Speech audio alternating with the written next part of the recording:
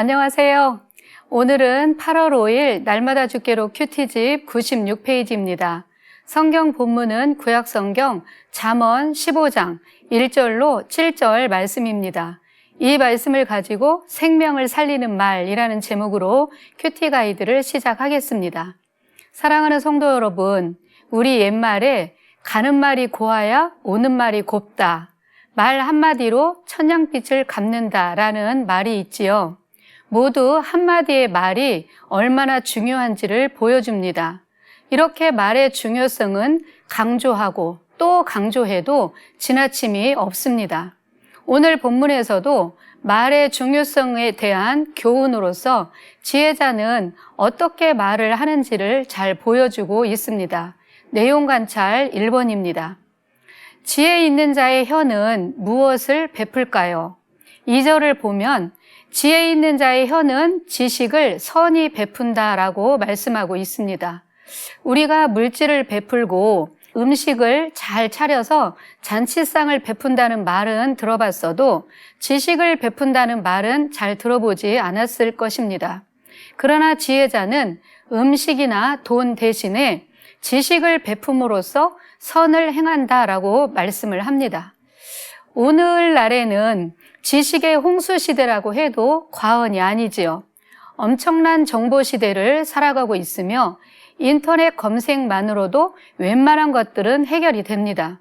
이런 지식의 홍수 시대에 지혜자가 베푸는 참 지식은 어떤 것일까요?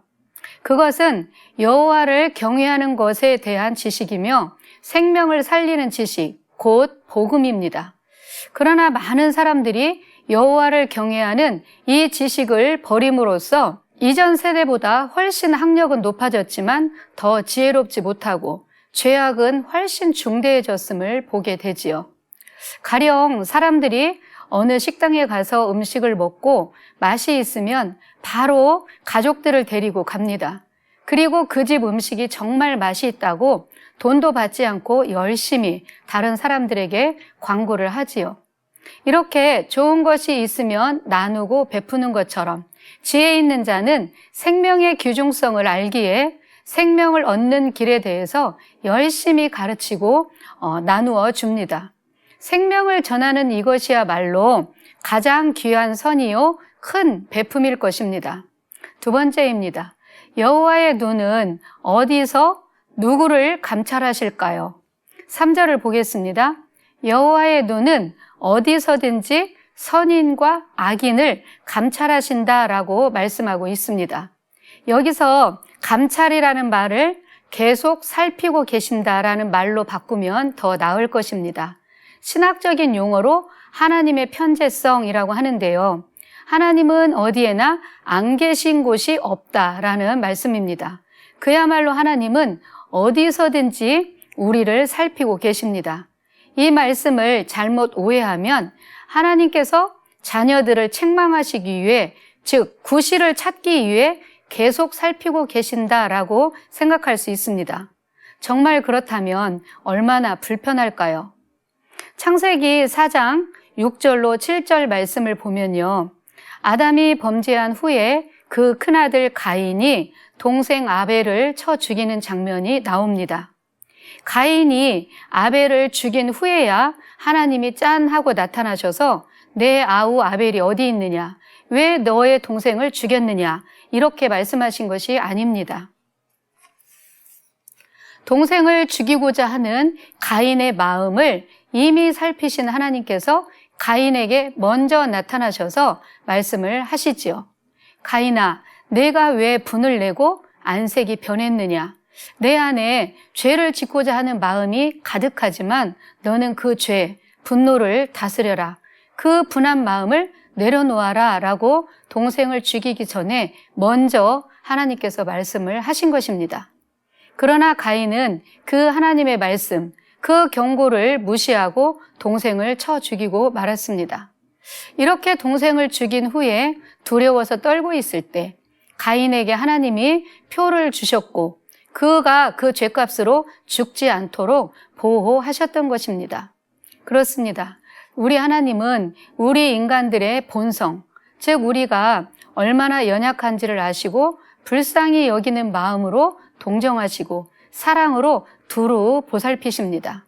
이렇게 하나님이 사람들을 어디서든지 감찰하신다는 이 말씀은 곧 악인들에게는 두려운 경고가 될 것이며 선한 사람들에게는 큰 위로와 힘이 될 것입니다.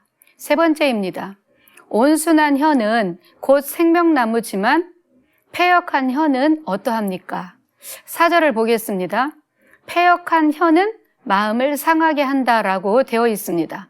이 말씀 속에 나오는 온순한 혀와 패역한 혀는 대조를 이루고 있습니다.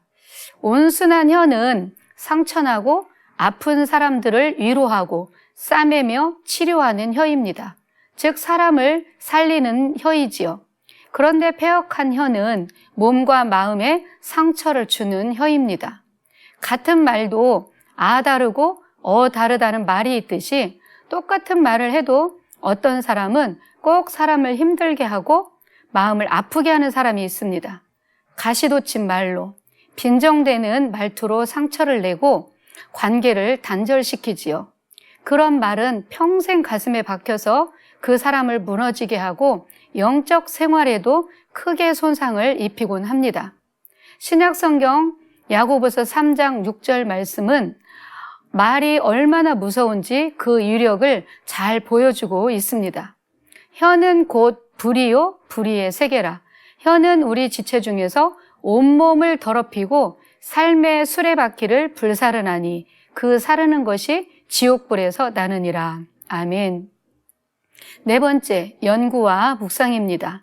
지혜 있는 자가 하는 말과 미련한 자가 하는 말의 차이를 묵상해 봅시다. 7절 말씀을 보면요. 지혜로운 자의 입술은 지식을 전파하여도 미련한 자의 마음은 정함이 없느니라. 아멘. 지혜로운 자는 하나님을 경외하는 자로서 그 안에 계신 성령으로 인해 선한 말을 하게 됩니다. 입을 열면 자연스럽게 하나님에 관한 말을 하게 되고 생명의 말씀이 흘러나와서 사람을 살리게 되지요. 우리 몸 안에 물이 가득 차서 입까지 차오르면 입만 열면 자연스럽게 물이 흘러나오는 이치와 같습니다. 반대로 악이 차고 분노가 차면 나도 모르게 그것이 입 밖으로 흘러나오겠지요. 우리가 신앙생활을 하면서도 항상 성령으로 충만한 것은 아닐 것입니다. 어떨 때는 상처로 인해서 분노로 가득 찰 때도 있지요. 그럴 때면 자신도 모르게 거친 말이 쏟아져 나와서 자신을 더럽히고 또 다른 사람들을 상처 입힐 때도 있는 것입니다. 그러기에 우리는 하나님 앞에서 우리의 연약함을 고백하고 도움을 청함으로써 그 안에 쓴뿌리가 생기지 않도록 항상 조심을 해야 합니다. 사랑하는 성도 여러분, 오늘 또 우리 자신을 살펴서 내 안에 찌꺼기를 걸러내고 선한 말을 함으로써 다른 사람을 살리고 즐겁게 하는 은혜로운 하루가 되시기를 바랍니다. 감사합니다.